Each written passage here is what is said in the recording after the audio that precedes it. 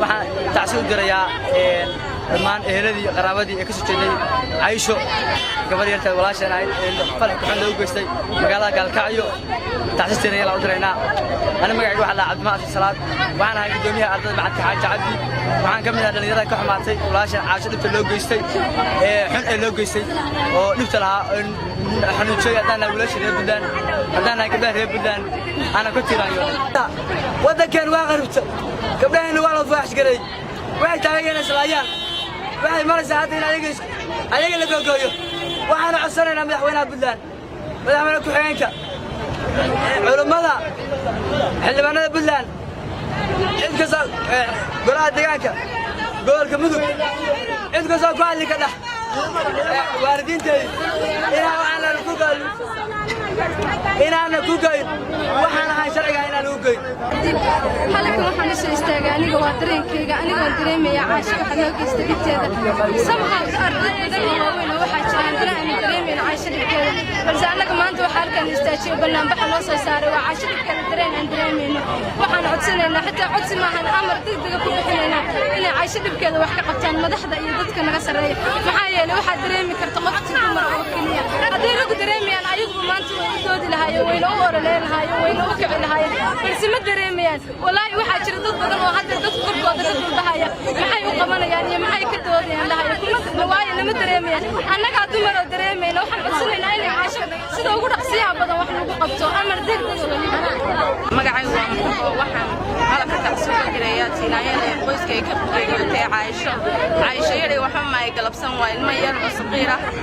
marka waxa aan ka diidinayaa wixii loo geystay Aisho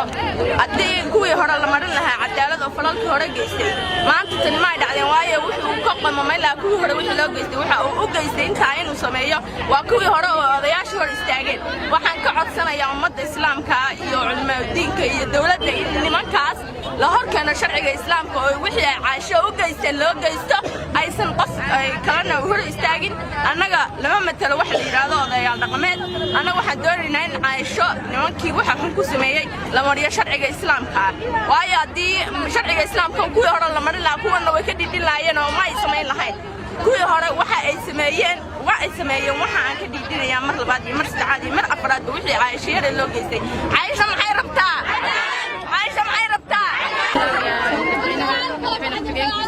dhammaan inta dawladda gudaha ay qaabisnayna salaamiya waxaan dhahayaa falkan wax soo noqday markasta hadaan nahay shacabka Puntland haweenka gorow waan ka dhacday gobolka Puntland oo ka dhacday dumarka bulshada waxaan dhahayaa waxaan ka qadarayaa madaxweynaha dawladda waqaafka nimanka falkaas sameeyay foosho xun waa in cadaalad la horkeena wixii cadaalad diinta islaamka ay qabto waa in nimanka la waafajiyaan hal iska day qabyaalada iyo qurunka odayaasha jilo oo dhaxgalaya gabadha yarta miskiinta waxba galabsan saqiirka biyaahinka sida xayawaanka kala camala nimanka keenay waxa ku sameeyay waa in diinta islaamka waxay waqfinta lagu sameeyaan assalaamu calaykum dhaqano gabdhaheena Soomaaliyeed falalkan soo noqnoqday mar walba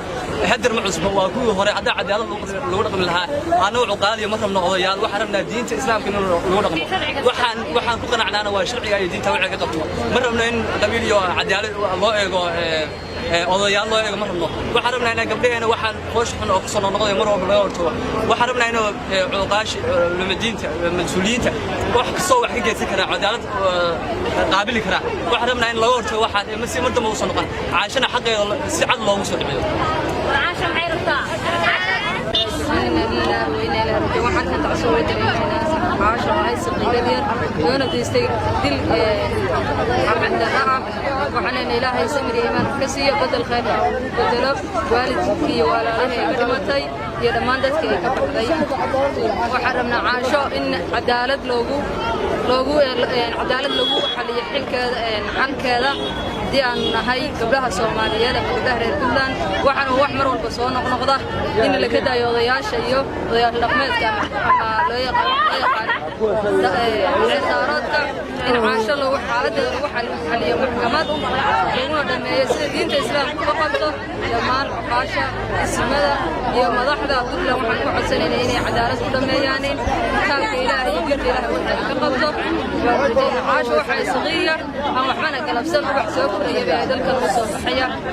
Ilaahay samid iyo iimaan ka siiyo dhammaan inay ka dhimatay caasho maxay galabsatay caasho maxay rabtaa cadaalad caasho waxay saqiir aan waxbana galabsan waxa doonaynaa in caasho cadaalad kitaabka Ilaahay soo qaban ragaasna maxkamad iyo xeer la galo salaam haddaan ku soo jeesto shucuurtayda waxaan rabnaa in kursiga la ka daayo gabdhaha Soomaaliyeed 30 iyo hayeysano baan ku soo jirnay ma rabno cadaalad darro madna oo dhaqameedna ma matalo dooni mayno waa gabar waxa la leeyahay waa gabdhaheeni waxaan ugu soo jeedinayaa xaqan baan uga dirayaa madaxweynaha dawladda Puntland Saciid Cabdullaahi Dani madaxweyne ku xigeenka culimadiinka cuqaasha dhammaan cidda bulshada mutashax ciidamada waxaan leenahay cadaalad baan rabnaa cadaalad ba ku go'naa oo dhaqameedna ma matalo war caasha maxay rabtaa cadaalad baan rabnaa oo dhaqameedna ma matalo cadaalad baan rabnaa waxa la dilayaa waa gabdhaheeni waxaan loo dhimanayo oo waxaan saas loo rafaadinayo waa gabdhaheeni waxaan rabnaa cadaalad waxaan kuma go'no oo dhaqameedna nama matalo caasha maxay rabtaa waxa ku qanacdaan waxa rabtaan waxa ka soo horjeedaan cadaaladdan ku baaqana oo ilaa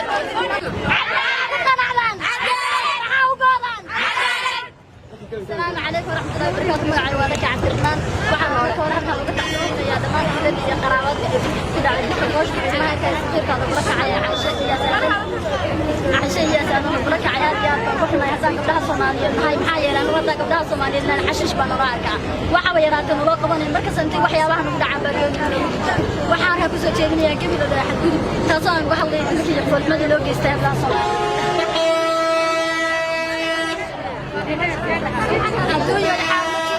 حرموا يا ديقا قد قري حقي ودمر لها لحال في يوم محاري